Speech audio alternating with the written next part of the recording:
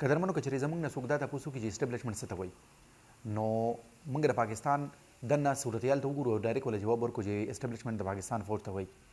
نو که چېرې هغه زموږ نه بل تپوس وکړي چې د پاکستان فوج ته ولې دا سپایان چې دي نو دا اسټبلیشمنټ دی نو بیا موږ ووایو نه نه موږ خو دا نه یادوو بلکې موږ خو د جرنیلانو خبره کوو چا سره چې په اکچوال کې پاور دی په فوج کې دننه هغه اسټبلیشمنټ دی نو که چېرې زموږ نه څوک بیا دا تپوس وکړي چې دا خو د پاکستان خبره شوه امریکا کې اسټبلیشمنټ څوک دي یا په سعودي عربو کې به اسټبلیشمنټ چاته وایو نو بیا موږ سره د دغې خبرې جواب نه وي مطلب د خبرې دا دی چې که چېرې موږ له څوک یو پیج راکړي راته وایي چې په اسټبلیشمنټ باندې یو پیج لیکلو کا دوه پیجه لیکلو کا نو بیا موږ سره دومره مواد نه وي موږ پوره په هغې باندې پوهېږو نه چې د اسټبلیشمنټ موږ څنګه ډیفاین کړو نن ویډیو کې په دې باندې پوره د هر اسپیکټ نه خبره کوو چې د اسټبلیشمنټ ډیفینیشن څه دی خو دا صرف په ډیفینیشن باندې نه کېږي بلکې د دې د هر اسپیکټ نه به موږ جایزه اخلو چې پوره موږ سره اخره کې دومره مواد جمع شي چې بیا که تاسو ته څوک وایي چې په دې باندې یو مضمون ولیکه نجم تاسو مضمون لیکلی شئ نو خبرې شروع به داسې وکړو ګورئ که تاسو دلته کې په خپل چاپېریال کې هم خیال کړئ نو دا چې کومې ادارې دي لکه سرکاري سکولونه دي کالجونه دي اسپتالونه دي نو په دې کې خو اوس موږ ته پته ده چې د سکول د کالج د ټولو نه طاقتورترین کورسای چې دا نه د پرنسپل کورسای ده که د اسپتال خبره کوو نو د ام اس کورسای ده خو کله ناکله تاسو به پخپله یا لیدلي یا به د چا نه اورېدلي چې دغه پرنسپل چې دی یا د ام اس چې دی نو دی په دې اسپتال کې دننه یا په کالج کې دننه یو داسې یو ګروپ جوړ شوی چې د هغې ګروپ نه مجبور او د هغې ګروپ طاقت دومره ډېري چې دی هم د هغې نه بله نشي کولی دغه ګروپ په اکچوال کې چې دی نه دی په دې اداره کې دننه اسټبلیشمنټ هغه کردار ادا کوي دغه اسټبلیشمنټ دی دا ولې چې د رینک لیاز سره دی لو دي د دوی کار هم دا نه دی چې دوی په دې اداره کې چې کوم دی نو د مشرای کار وکړي بیا هم دوی دا کار کوي او د رینک لیاز سره هم لو دي دوی ولې طاقت ورشي نو د دوی د طاقت شاته وجوهات ډېر کیدای شي لکه یا دا داسې کیدای شي چې دوی د دغې علاقې داسې خاندان سره تعلق لري چې د هغوی طاقت یې ډېر نو په دې وجه باندې دوی طاقت وري یا داسې هم کیدای شي چې دوی مالدار ډېر نو د خپلې پیسې د وجې نه په هغې اداره کې هغوی داسې لابینګ وکړي چې خلک ځان سره په سپورټ کې واخلي او بیا د دغې ادارې دا مشر چې دی نو دی هم د هغوی مخې ته کمزورې ښکاري نو اوس خبره بل کوو دا خو د یوې ادارې خبره شوه نو په پاکستان کې هغه څومره زیاتې ادارې دي بیا ادارې هم جدا جدا دي لکه پالیټکس یو جدا ایریا ده بیا اکانومي چې کوم دا فاینانس دی یو جدا ایریا ده ریلیجن چې دی دا یو جدا ایریا ده سوسایټي چې کوم دا کلچر چې دی دا یو جدا ایریا ده نو تاسو ته معلومه ده چې په دې هر یو ایریا کې په هر یو فیلډ کې دننه ځان له پخپله یو اسټبلیشمنټ دی لکه ګورئ د پاکستان اوس که موږ پالیټکس یادوو نو په پاکستان کې چې کوم پالیټکس دی نو دا پولیټیکل پارټیز او پاکستان خبره کوو نو بیا خو آرمي هم ځکه چې آرمي په پاکستان کې په پالیټکس کې انوالومنټ دی او هغه یو میجر سټیک هولډر دی نو لہذا که پاکستان کې په سیاست کې دننه د پولیټیکل پارټیز د دې پولیټیکل پارټیز د مشرانو او آرمي دا چې کوم دی نه دا اسټبلیشمنټ دی اوس که موږ د کارپوریټ سیکټر خبره کوو نو ګورئ په پاکستان کې په زرګونو باندې کمپنۍ دي او که وړې لویې ټولې حسابونه بیا کیدای شي چې د 1 لک نه هم وایي په لکونو باندې خو په دې کې هغه کمپنۍ چې هغه طاقتور دي او هغوی دا ټول کارپوریټ سیکټر بالکل هایجیک کړی دی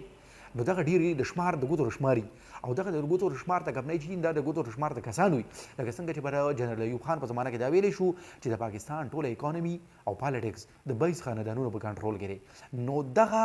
کارپوریټ سیکټر کې هم دغه طاقتورترین چې دي چې د هغوی هغه دا کراچۍ یا د پنجاب دا سیټان دي او دوی د ټول ملک دا کامرس اینډ انډسټري او بزنس دا د دوی په لاس کې دی نو دا په اکچوال کې د کارپوریټ سیکټر هغه اسټبلیشمنټ دی اوس که موږ د کلچر خبره کوو نو کلچرلی هم داسې او د دې مثال به زه تاسو له بلوچستان نه درکړم چې په بلوچستان کې څومره طاقتور سرداران دي او دغه سرداران چې دي نو دوی وګورئ د بلوچستان لکه سوسایټي او د بلوچستان پالیټکس د بلوچستان اکانومي هر څه په کنټرول کې دي نو دا او د دوی که چېرې یو فیشن وکړي یو سټایل وکړي یو نوی چې کوم دی نو قسم ټوپای واچوي یو نوی قسم کپړې په نوي طرز جوړ کړي نو هغه هم خلک فالو کوي ځکه چې د دوی شاته ډېر زیات فالورز دي نو د دوی د اثر رسوخ د وجې نه دوی ته الکټیبلز هم ویلی شي او پاکستان کې څومره الکټیبلز دي دغه الکټیبلز چې کوم دی نه دا یو مثال دی چې دا هغه دي چې دا لکه د کلچر چې موږ خبره کوو د سوسایټي خبره کوو نو دا د کلچر او د سوسایټي هغه اسټبلیشمنټ دی او دې سره څلورم نمبر چې کوم دی نو هغه ریلیجن دی نو ریلیجن کې هغه خلک هغوی په نیمه نیمه خبره د خلکو نکاحونه ماتوي او په خلکو باندې د کفر فتوی جاری کوي. اوس دا د کفر فتوی چې جاری کوي د نکاحونو ماتولو دا اعلانونه چې کوي دغه هم ټول یو برابر خو نه دي کنه. په دې ریلیجیس طبقه چې کومه ده د کلاس چې دی نو په دې کوم چې موږ جاج واخلو نو موږ اوس ماته لکه دا څوک وایي چې راو باسه په پاکستان کې چې ټول کومه ریلیجیس طبقه دا کلاس دی نو په دې کې چې کوم طاقتور ترین دي هغې نه 20 او 30 راو باسه نو ایزیلی موږ هغه راوباسلی شو هغه نومونه لیکلی شو کنه. نو دا په اصل کې د دغه طبقې د مذهبي طبقه چې ده د دې اسټابلیشمنټ دی. اوس دا چې موږ کومه خبره تر اوسه پورې وکړه که تاسو په سمجھ کې راغلي نو نیکسټ سټپ چې زه اخلم نو د دې 2 سیناریوز جوړیږي. یا داسې کیدی شي چې په دې اسټابلیشمنټ کې که هغه کارپوریټ سیکټر والا دی که پولیټیکل دی که کلچرل دی او که ریلیجس دی په دې کې به یو ډیر زیات طاقتوري او هغه یو چې کوم طاقتوري نه هغه دا ټول باندې دغه ډومیننسي راشي هغه ډومینیټ کړي دا ټول. نو د دې مثال تاسو ته درکولی شم چې څنګه په یورپ کې د 1000 کالو نه سیوا یو لوی دور داسې تېر شوی دی چې هلته چرچ دومره طاقتور و چې بادشاه چې دی نه د هغه د چرچ خلاف نه چلیده. دا چرچ چې کوم دی نه په هغه زمانه کې د یورپ اسټابلیشمنټ و. او د پاکستان خبره کوو نو پاکستان کې فوج دی چې فوج دا ټول چې کوم دي که پولیټیکل فیلډ والا اسټابلیشمنټ دی که کارپوریټ سیکټر والا دي که ریلیجس والا دي دې ټولو باندې ډومینیټډ دی او دا د هغوی سره ټول اختیار په لاس کې دی. او که د افریقې خبره کوو نو په افریقا کې کمزوري او غریبانان ملکونه داسې شته چې هلته داسې غټې ملټي نیشنل کمپنۍ راغلي دي چې هغوی هلته دومره انویسټمنټ کړی دی چې اوس حکومت د هغوی په اشارو باندې چلیږي. لکه په ایکچوال کې د دغې افریقې د دغې ملکونو هغه پالیسي میکرز چې کوم دي نو هغه دغه ملټي نیشنل کمپنۍ دي. لکه څنګه چې اوس موږ ته هغه وګوره آی ایم ایف چې کوم دی آرډر نه کوي داسې وکړئ داسې وکړئ داسې وکړئ. نو ځکه ویلی شي چې اسټابلیشمنټ په 2 قسمه دی. یو په ملک کې دننه اسټابلیشمنټ دي او یو اسټابلیشمنټ انټرنیشنل اسټابلیشمنټ دي. نو زموږ دپاره دغه آی ایم ایف دغه امریکا چین تر دې پورې چې سعودي عرب دا زموږ هغه ملکونه دي چې موږ د دوی په اشارو باندې چلیږو. دا یو سیناریو شوه چې یو ګروپ پکې دومره طاقتور شي چې دا ټول ډومینیټ کړي. بله سیناریو چې کومه جوړیږي هغه دا جوړیږي چې دا ټول ګروپونه کم نه دي چې موږ کوم وي نو د دې را طاقتور ترین چې کوم دي نو د یو بل سره کښېني فیصله وکړي چې ولې نه چې زموږ کوم ویسټډ انټرسټ دي او زموږ شریک مفادات او ګټې چې کومې دي او د هغې لپاره به یو ور سره لاس میلاو کړو او شریک به چې کوم دی خپل کار چلو او خپلې فایدې به اخلو خپلې ګټې به ترلاسه کوو. نو ظاهره خبره ده چې چا ته نقصان کېږي نقصان خو به خوا رولسته کېږي چا سره چې اختیار او اقتدار په لاس کې نشته څوک چې محکومه طبقه ده په چا باندې چې حکومت کېږي. پاکستان کې زما په خیال دا دواړه سیناریوز چلیږي. داسې هم کېږي چې آرمي چې کوم دی ډېره طاقتوره ده او هغوی دا ټول ډومینیټ کړي دي خو داسې هم نه ده. ولې ډي سي سره طاقت نشته کمشنر سره چیف سیکرټري سره یعنی بیوروکریټ چې دي هغوی سره طاقت نشته. ولې مولا کمزوری دی ولې خانان سرداران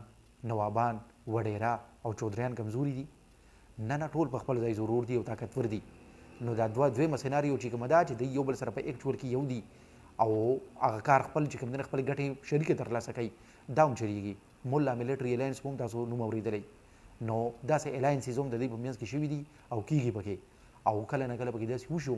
چې د پاکستان دا طاقتورترین ریاست چې موږ ورته اسټابلیشمنټ وو فوجي اسټابلیشمنټ دوی کله نه کله د دغې مذهبي طبقې مخې ته کوپي کیدي او هار ومني او کله نه کله داسې هم وشي چې کارپوریټ سیکټر مخې ته هم دوی چې کوم دی هار منلی دی. د دې مثالونه شته. په اخره کې زه تاسو ته اوس دا خبره وکړم تاسو به په خپله کنکلوژن اخیستی چې اسټابلیشمنټ څه ته وایي. نو په کار دا وه چې موږ ډومبی تعریف کړی خو ما ډومبی تعریف ځکه نه کوو چې موږ په خپله دا ویډیو چې کله وګورو نو دې نتیجه باندې رسو چې اسټابلیشمنټ د یوې ادارې نوم نه دی بلکې دا هغې ګروپ ته وایي چا سره چې په یو ملک کې یا په یو ایریا کې دننه اتھارټي وي طاقت وي او د هغې طاقت په لاره باندې نور ټول ګروپس او خلک د هغوی د حکم باندې چلیږي د هغوی انډر وي د هغوی لاندې ژوند کوي. امید دی چې د دې ویډیو نه به تاسو زده کړه کړي. داسې ویډیوز لپاره زموږ چینل ته راځئ. ګران موضوعات په اسانو الفاظو کې په اسانه پښتو کې چې تاسو ته اسان شي تاسو پرې پوه شئ نورو ملګرو سره هم شریک کړئ. د الله په امان.